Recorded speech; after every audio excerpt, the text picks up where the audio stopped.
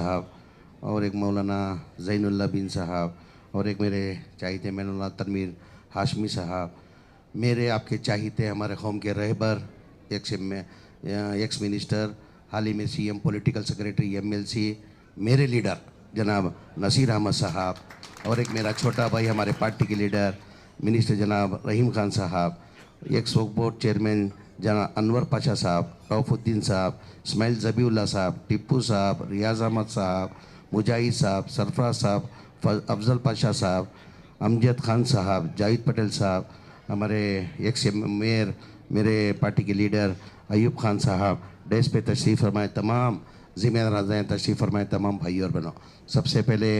जो उम्र गुजारने वाले तमाम को उम्र की मुबारकबाद देता हूँ। अल्लाह से दुआ करता हूँ अल्लाह उनका उम्र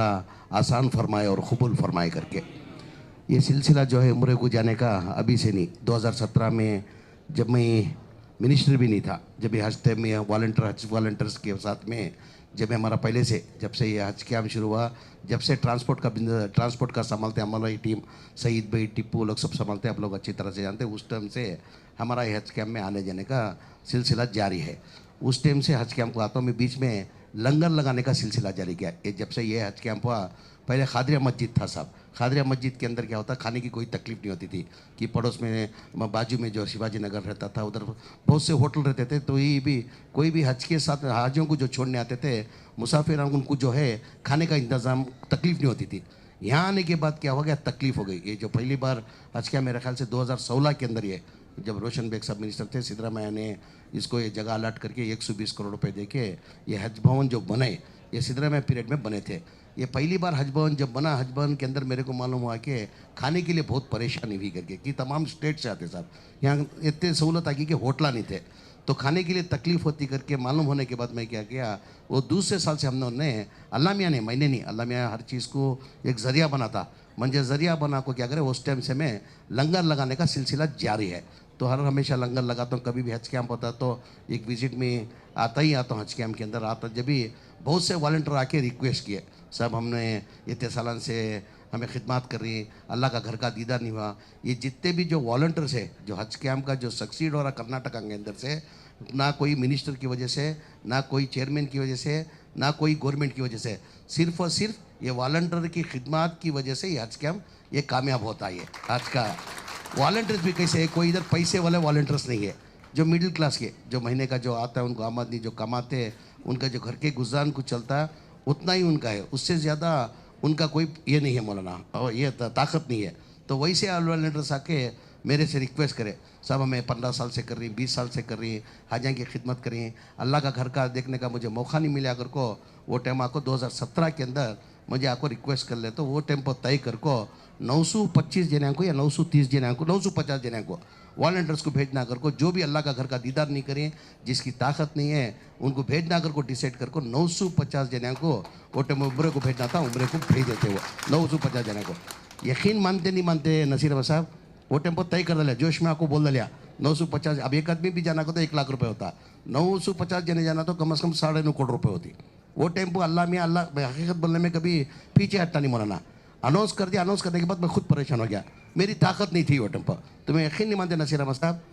खराज वाम कर को उनको अल्लाह इनको उम्र को भेजा नहीं, वो टेम्पो वादा कर दिया था, वादा कर दिया भेजा। उसके बाद बहुत से जन होने के बाद 2018 में फिर दोबारा थोड़े बचे करके 2018 में आए थे, उनको 370 रुपये 5 जने को उम्र को भेजा साहब। उसके बाद 19, 20, 21 के अंदर कोविड आ गया था, कोविड के अंदर कोई भी उम्र को नहीं जा सकता था, तो वो टेम्पो को कोई भी उम्र को नहीं गए साहब। 2022 के अंदर मेरे हल्के के अंदर आशा कार्यकर्ता साहब, हमारे मुसलमान ऐसे सवांग के आशा कार्यकर्ता है, जो कोविड के अंदर जो बेहतरीन उनकी जान की परवाह करते ना, परवाह नहीं करते हुए जो कोविड के अंदर खुद को जो काम कर रहे हैं, घरा घरा जाको आदमियों की जो खिदमत करे, वो आग से देखते हुए मेरे नज़र से देखा था उन्होंने खिदमत उनकी, वो देखते हुए उनको सब बुला को आशा कार्यकर्ता करती उनको, उनकी तनख्वाह 5-6 हज़ार रुपये तनख्वाह उनकी। तो वैसे हमको आशा कार्यकर्ता को एक 50 जने को भेजा था। फिर 2023 में फिर हज के वॉलंटियर्स थोड़े जने बच गए साहब, अब एक जने को ये ट्रिप भेज दिले तो पूरे ऑलमोस्ट हज के वॉलंटियर गई सर का होता बोले। तो 2018-23 के अंदर भी 250 जने को पिछले साल 250 जने को भेजा था। तो इस बार भी जो हज कैंप गया था थोड़े वॉलंटियर्स बच गए को, तो उनकी फरमाइश थी ये आखिरी वॉलंटियर्स बची, सब थोड़ा ये कर दिया। तो हर आदमी पूरे वॉलंटियर्स गए सरगा होता कर को गुजारिश करने की वजह से उनको भेजना कर को तय कर को। उसके साथ साथ में एयरपोर्ट में जो है इमिग्रेशन में रहते, कस्टम में रहंदो, इसके लगेज डिपार्टमेंट में ही, टिकटिंग डिपार्टमेंट में ही, उन्होंने भी जो भी हाजान जाती हैं उन्होंने भी वहाँ खिदमत कर लेंगे एयरपोर्ट में। वही से नहीं गए थे मौलाना, तो उन्होंने मुझे आपको गुजारिश कर ले सब हमें भी हाजान की खिदमत करिए। हमारी भी ताकत नहीं, हमारी 16-17 हज़ार रुपये हमें पूरे कॉन्ट्रैक्ट बेसिक में हिस्सो हमना भी तुम्हें एक मौका बना को दे, तो मैं भी अल्लाह का दीदार करना गए। तो उन्होंने कुछ 60% जने उन्होंने टोटल मिला को 300 जने इस बार उमले के लिए रवाना हो रही। मगर एक जहन में डालता हूँ, एक जहन मैं ही नहीं भेज रहा हूँ, अल्लाह मियाँ जब तक जिसे भी हम बुलाता नहीं कोई मई का लाल ना जा सकता वहाँ। उसकी छोटी सी एक मिसाल, हमारे हैदराबाद के निज़ाम अरबों खरबों रुपए ताउन करी, मक्के और मदीने को वो ज़माने में अरबों खरबों रुपए ताउन करी। अल्लाह मियाँ उनको दीदार नहीं करा, उनको मौका नहीं दिया, अरबों खरबों रुपये को। यानी तुम मतलब जारी मतलब अल्लाह मियाँ जब चाहता बुलाना को तो अल्लाह मियाँ क्या करता, जरिया बनाता। वैसा महीना में भेजने सो अल्लाह मियाँ जरिया बना को आप लोगों को वहाँ बुला रहा सो। मेरी तरफ से नहीं, मेरा नहीं, अल्लाह का शुक्रिया अदा करो। मेरा शुक्रिया अदा नहीं करना, ये अल्लाह का शुक्रिया अदा करो। अल्लाह मियाँ किसको एक जरिया बनाता, बगैर जरिए के होता नहीं। अल्लाह मुझे जरिया बना को मेरे थ्रू तुमने बुलाया सो, तुम्हें उसके वास्ते तुम्हें लोग जारी करके कहते हुए तुम्हें जितने भी जारी उनसे आजीज़ाना गुजारिश, जब जाती पहली नज़र के अंदर काबे को जो देख को दुआ मांगती है अल्लाह मियाँ कबूलता कर को। हमारा एक अकीदा, हमें अकीदा मानती है हमें, और जो भी दुआ मांगती है अल्लाह कबूलता, पहली दुआ जो मांगती है कबूलता कर को। जब पहले ही जाको तुम्हें काबे को पहली नज़र में जाको, जब तुम्हें मांगती तुम्हारे ख़ानदान को, तुम्हारे रिश्तेदारों को, तुम ना क्या हो ना मांगो। उसके बाद जो है तुम्हें मेहरबानी कर को हिंदुस्तान के वास्ते, आज के हालात तुम्हें जानती हैं हिंदुस्तान की तरफ से किस हालात से हमें गुजर रही, क्या नफरत आगे कर रही, क्या चल रहा, तुम्हें लोग अच्छी डालते हैं। हिंदुस्तान के अमन के वास्ते हिंदू मुसलमान सिख ईसाई सब प्यार मोहब्बत से भाईचारे से रहना कर को, मेहरबानी कर को दुआ करना कर को तुम्हारे लोगों से एक आजीज़ाना गुजारिश। उसके साथ में ये हज का सब है, ये हज का मैं पहले से आपसे नहीं साहब, सियासत में जाने से पहले हज को भेजना कर को मैं हाजियाँ को जो मस्जिद के मौजूद ही इमामा को भेजना कर को तय कर को हज को भेज लगाता था साहब। वजह उसकी क्या होगा, अभी नहीं, एक 30-35 साल पहले हमारा बिदिन गिरा कर को जो कुनगल में जो घर है ना मौलाना, हमें रमज़ान में क्या करते, एक महीना जो है रमज़ान के अंदर, रमज़ान का पूरा महीना हमें गाँव में जाको रमज़ान के महीने में रख जाते थे।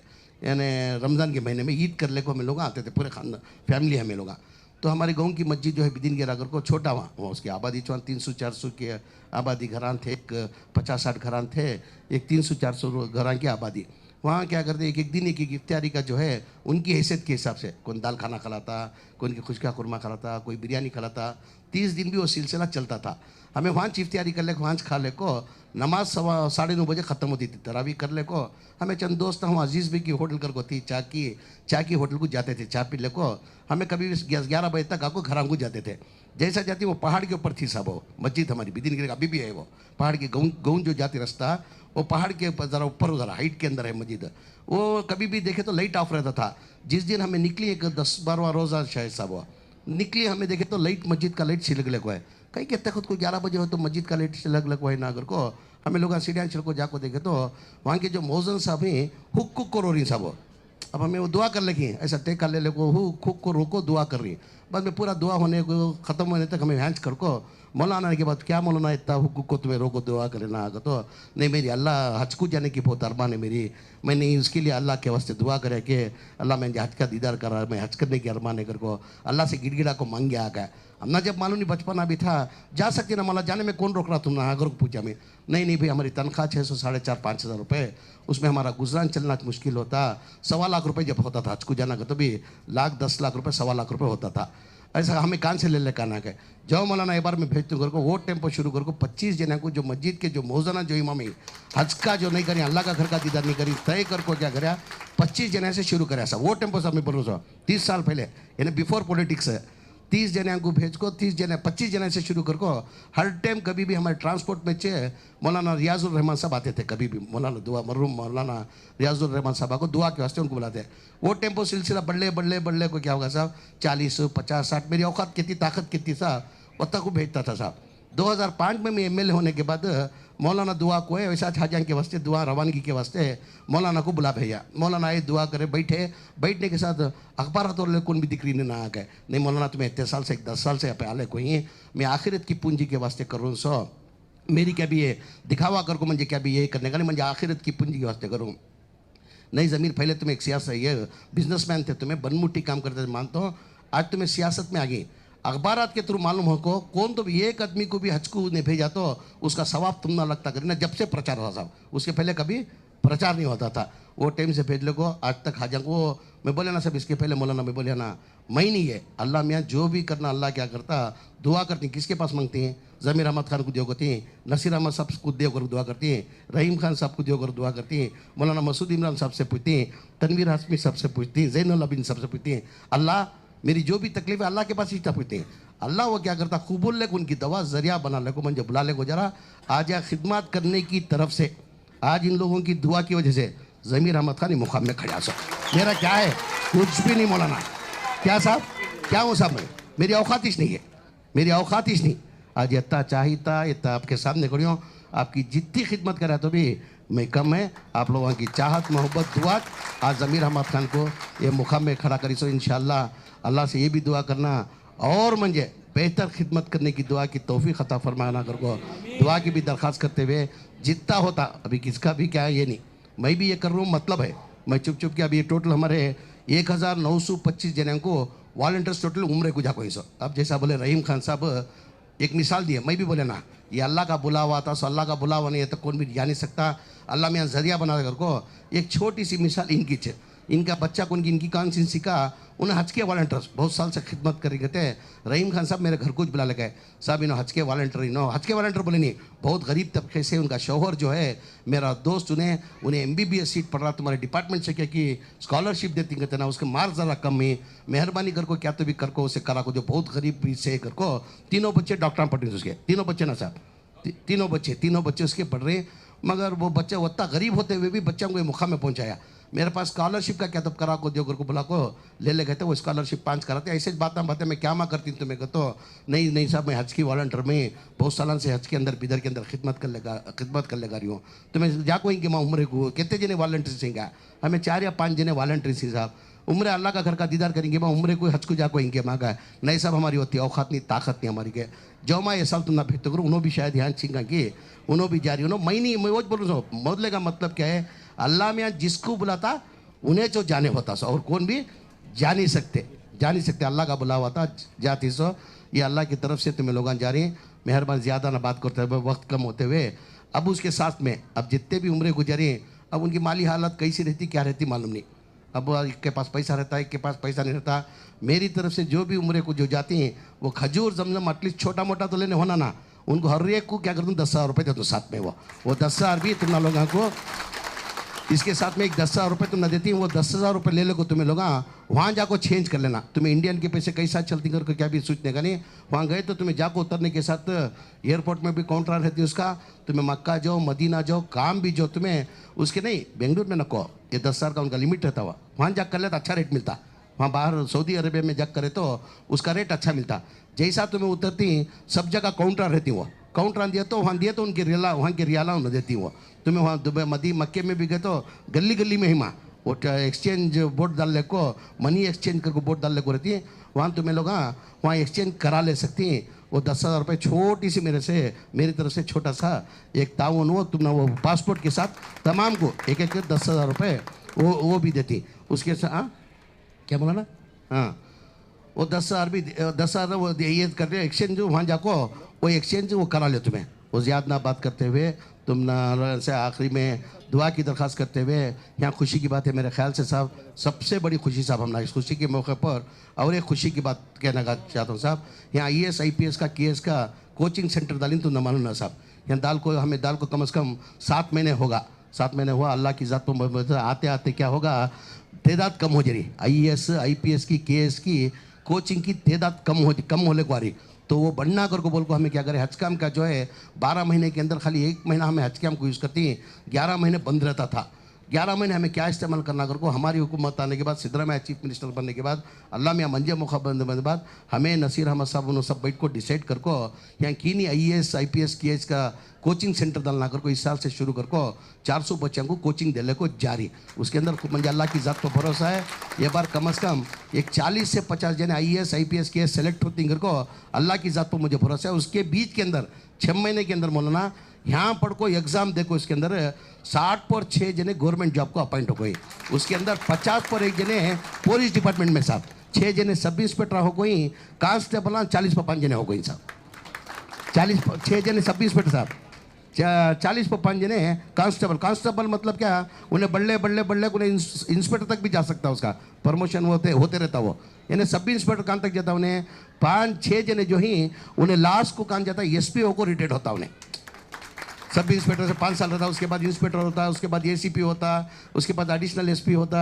वैसा होते होते उन्हें एक 5 जने यहाँ SP को अपॉइंट करे सरकार यहाँ होता। उसके साथ में इसके अंदर अकाउंट डिपार्टमेंट कर अकाउंट्स डिपार्टमेंट के अंदर 8 जने सेलेक्ट हो गई, कमर्शियल टैक्स के अंदर 2 जने हो गई, इंटेलिजेंस डिपार्टमेंट के अंदर 1 जने, कॉर्पोरेशन के अंदर 2 जने और 1 जना बैंक के अंदर ऐसा कर को 60 पर 6 जने इलेक्ट है। अल्लाह के उनके भी हक़ में तुम्हें जब जाते हैं आज के हालात को देखते हुए हमें इल्म के अंदर बहुत पीछे हैं। आज इल्म नहीं तो हमें लोग क्या भी नहीं कर सकते। मैं खासकर एक इल्म बहुत बड़ी हथियार हमें आज इल्म नहीं को तो इंसान क्या भी नहीं कर सकता। तो हमारे जितने भी हैं उनके बच्चों को भी